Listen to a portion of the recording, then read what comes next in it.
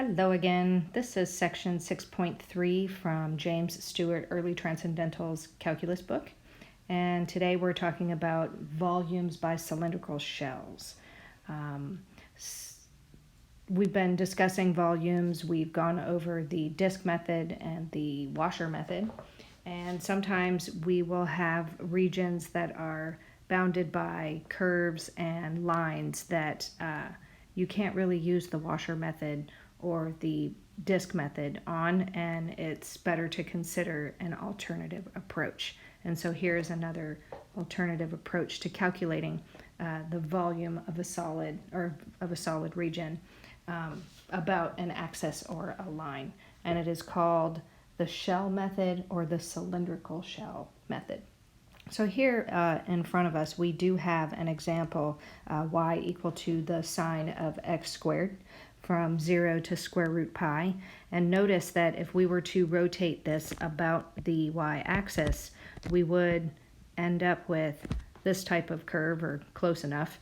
And if we were to try to use the shell or try to use the washer or disk method, we would want to take slices that are perpendicular to the axis of rotation. And so we see here that we would be considering the washer method because we would have a hole inside here. But notice that we would have a hard time finding the outer region or the outer radius and the inner radius because they would be the same function. So we don't want to consider the washer method. We might want to consider this proposed method. So this is hard. Okay, so this next method, the idea behind this is still using calculus because we would have varying degrees or varying shapes of shells, and we wouldn't have uniform shells because our curve would not necessarily be uniform. If it were uniform, we'd be able to just use plane geometry to calculate volumes using regular formulas for them. But here we use calculus, and the idea here is to calculate the volume by nested cylindrical shells, okay? And then letting the number of shells go to infinity, and that will form our integral for our volume. So let's just take this shape, this standard cylindrical shell, and notice that it is, if we're going to rotate this region about the y-axis, notice that we are taking slices of our region that we are rotating about the y-axis. We're taking slices that are parallel to the axis of rotation. We would be given a delta x slice, and think of this rectangle being rotated about the y-axis, and it paints out that cylindrical shell. And if you can see down below, we know that if this width is delta x, then we would have the width over here. If we took that shell and cut it down its side and unrolled it from its round, like unrolling paper towels, so to speak, we would have a radius here, which is the distance. This is our r. And so this would be a 2 pi r, and that r meaning where r is equal to x, right? So that would be the circumference of that shell. The width of it would be delta x, and the height of that would be f of x. So the volume of this slice would be length times width times height, and that length would be 2 pi r times the height, which is f of x, and then times delta x. Good. So we would have, or 2 pi r h times delta x, as I like to list it as, where h here would be the height of your shell, and that height in this example would be f of x. Good. Because we'll be rotating about x-axes as well, so it'd be good to create a cylindrical shell. So let's revisit that first example up at the top. And here it says, let this region be bounded by y equal to sine of x squared, the x-axis, and we're on the interval from 0 to pi. So let's use our cylindrical shells, and here I'm rotating about the y-axis. And so I'm going to form something that looks kind of like that. My first piece of advice is to draw an arbitrary shell, because that actually helps you to come up with your formula. So again, I want to use shells or slices of my region that are parallel to the axis of rotation. And since the axis of rotation is the y-axis, I'm making parallel shells, and I know that I'm going to have a delta x. I'm now going to make that little shell, and I'm going to identify what my r is. My r is going to be the radius of that shell, and my h is going to be the height of that shell. And now I'm going to develop the expression for the delta volume slice. And my delta volume slice, I'm going to use 2 pi RH times delta x. If we would be rotating about the x-axis, we would be creating a delta y expression, because a horizontal slice would be parallel to the x-axis. But here we have parallel slices that to the y-axis, so we have delta x. And now we want to use some of the tools for analytic geometry. Remember, an arbitrary distance out from horizontally from 0 to any arbitrary point is going to be x, and from 0 up or down to a graph or a shell is going to be y. And so here I can tell that my r is going to be x, right? Because I'm going from 0 out to my shell. So r is equal to x. And what is my height? My height is going to equal y, because it's starting from 0 and going up to this arbitrary distance. So h is going to be y, but where y is equal to sine of x squared. So instead of using the variable y, we're going to use sine x squared, because we want to build our delta volume slice in terms of x. So we'll put x here, and then we will have sine x squared delta x. And we have our limit. The range of our shells goes from 0 to the square root of pi, right? It's just the range of these slices that are being rotated. It is not going from minus square root pi to positive square root pi. It's just the slices of the region that is being rotated. So our total volume is going to be 2 pi times the integral from 0 to square root pi of x sine x squared dx. And I see that we can use a standard u substitution. If we let u here equal x squared, then du is going to be 2x dx. If I multiply by a 2, I can divide by a 2. I can change my limits of integration. When x is equal to 0, u is equal to 0 squared, which is 0. And when x is equal to square root pi, u is square root pi squared, which is just pi. And so my volume becomes pi times the integral from 0 to pi of sine u du. And integrating sine u, we get minus cosine. So we'll get minus pi cosine u from 0 to 1. And or pi, sorry.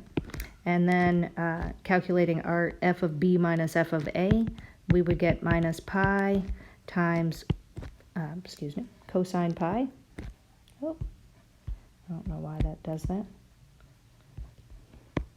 Of cosine pi, take away cosine 0, and that's going to give me minus pi minus 1 minus 1. And that's going to give me 2 pi. So our answer here is going to be 2 pi.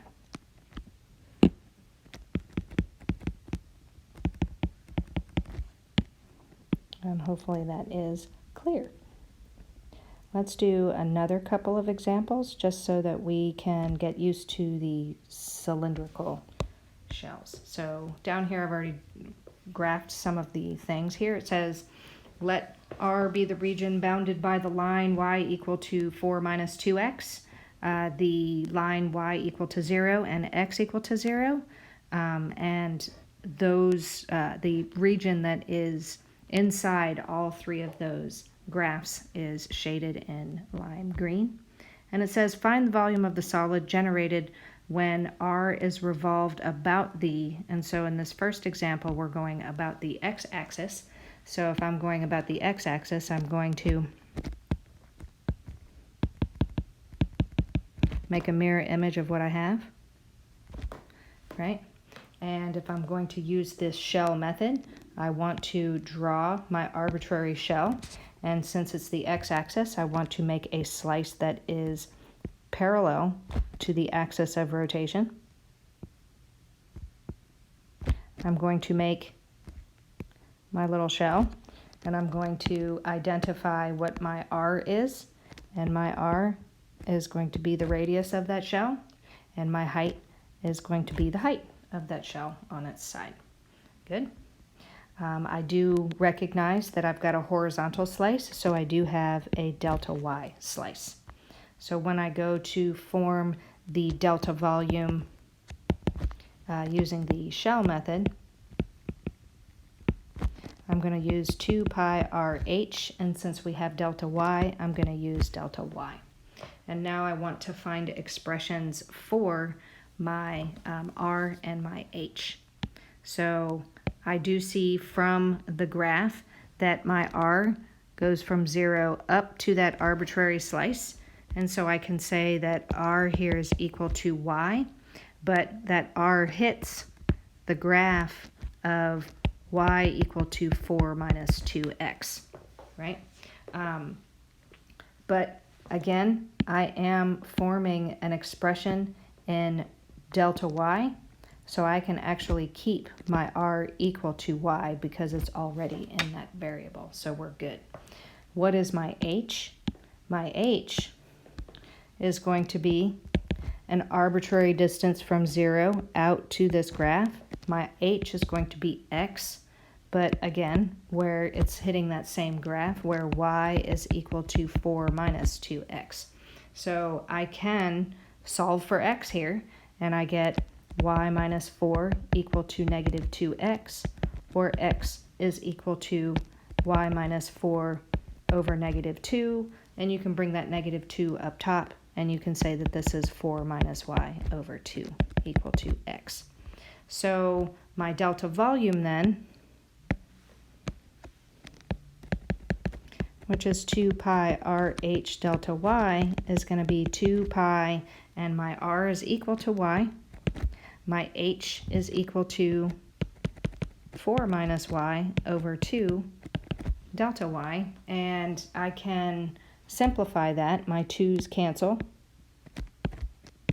and I can distribute the y's, and so I end up with delta volume equal to pi times 4y minus y squared delta y.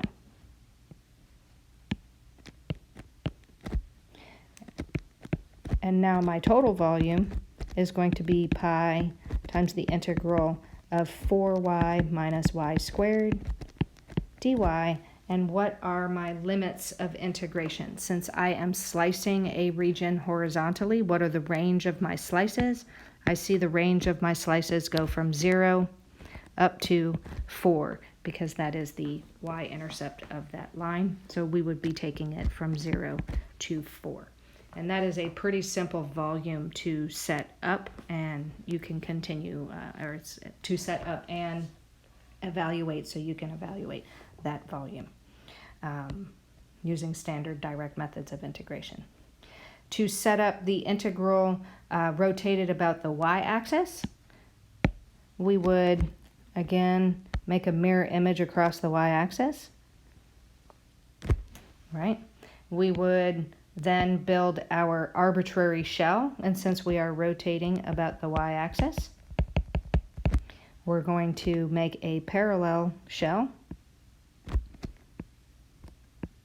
And that shell is going to be a delta X shell.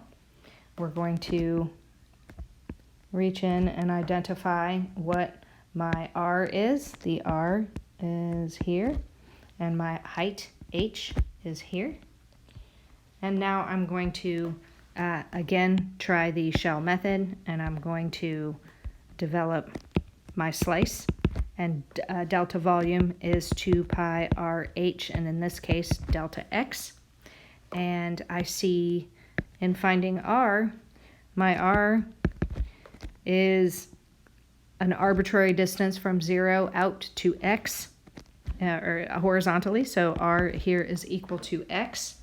And since we're building a slice in X, we're fine. We don't need to adjust that.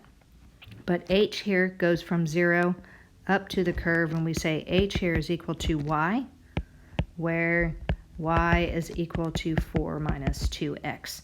So we will want to use the 4 minus 2X in place of our H.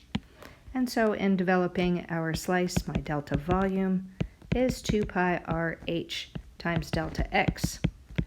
And my R is equal to X. My H is equal to 4 minus 2X. And we still have delta X. We can distribute, or we can factor out a 2 if you want to, just to make it easier. So we can say that this is equal to 4 pi. We can distribute the X, and in factoring out that 2 from there, we are left with 2X minus X squared delta X. And now my volume is going to be the integral of my delta volume, and that's going to be my integral of 4 pi times 2x minus x squared dx. And what are the range of my slices? The range of my slices go from 0 to 2, because that is the x-intercept of the graph of 4 minus 2x, and so we would be going from 0 to 2. And again, this is a very simple integral to calculate, and you can do that on your own. And it would be in cubic units if you were given units. Good. And I thought I'd do one more, and here's that one more, the line x equal to 1. And where is line x equal to 1? We have, let's just make it here.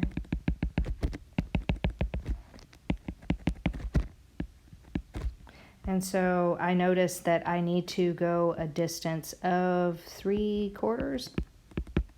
So I need to go another distance of 3/4 and then graph the same shape, right?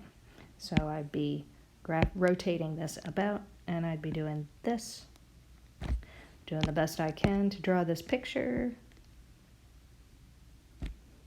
right? And we would be rotating here. Good. All right. Or it might be, maybe it's just a little bit different, I think. Not there. It would be more like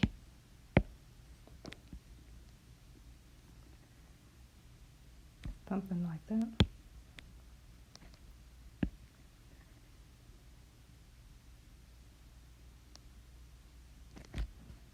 Right. And now, do the best I can there. Right. And now I'm going to, this would be circle, right? We'd have a solid in there. And now, so we kind of have an upside down bowl with a hole in it. But we're still going to use the shell method. And in building my shell, I know that I've got a vertical axis of rotation. So we want vertical shells because we want parallel. So I'm just going to build an arbitrary one. And then I'm going to have the other arbitrary one on this side. And I'm going to build that shell. Right, just so that you see it. And now I'm going to identify what my R is. My R is going to be from the axis of rotation back to my shell, right? Or back to my slice. That's my R. and my height is going to be the height of my slice. Good. And how do I find those values? I go over, and I'm still going to use my formula for the shell method. And we do know that we've got delta x since we are slicing the x-axis. And so our delta volume here is going to be 2 pi RH times delta x. And what is our R? We do notice that when we go from 0 out to the shell, this is actually equal to x. We also know that this distance here is always equal to 1. And so I can tell the whole is equal to the sum of its parts, and I can say that 1 is equal to x plus r. So I can tell here that r is going to be 1 minus x. Good. And so I can say r here is going to be 1 minus x, but where is that x? That x hits the graph of x equal to y squared, just for reference. But why is it just for reference? Because I'm building an expression in x, so my r equal to 1 minus x is fine to include, and we don't need to alter it with that graph, or with that graph's equation. So what's my h? I'm going to do the same thing again. I'm going to say that h here is going to be, what is this distance from here? This whole distance is a y, right? And where y is equal to 2x, and also y plus h is going to also be its y. So this is a little bit tricky here. So notice that this y is y equal to 2x. But this y here up to the curve is y where x is equal to y squared, right? And we would have that the y is equal to little y plus h. The whole is equal to the sum of its parts. And so my h is going to be the purple y minus the blue y, right? But if I need to express it in terms of x, this purple y is going to be the square root of x, because I can solve my equation here, x equal to y squared. If I solve it for y, I get square root of x. And my blue one is y is equal to 2x, right? So my h here is going to be square root x minus 2x. And so I plug in those values, and I get 2 pi RH delta x. That's going to be 2 pi, what's my r? 1 minus x, what's my h? Square root x minus 2x delta x. And I want to expand that, so I would get square root x minus 2x minus x root x, and then plus 2x squared delta x. And what are the range of my slices? The range of my slices go from 0 to 1/4, because that's the point of intersection of x equal to y squared and y equal to 2x. So my volume is the integral of my delta volume from 0 to 1/4, and that's going to give me 2 pi from 0 to 1/4, and I would transform the radical expressions to power functions and integrate directly.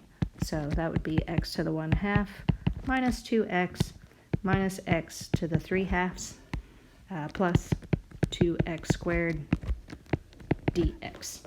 Good. And that does it for your shell method. I will say there are many functions out there where you can choose the shell method or the disk or washer method. and find the volumes easily. If you choose both methods and calculate them, you should come up with the same volume because you are calculating the volume of the same region. Sometimes it's worth it to try to set them both up using different methods, like try this with the washer method and then try this with the shell method, and pick the integral that is easier to update or easier to calculate. All right, that does it.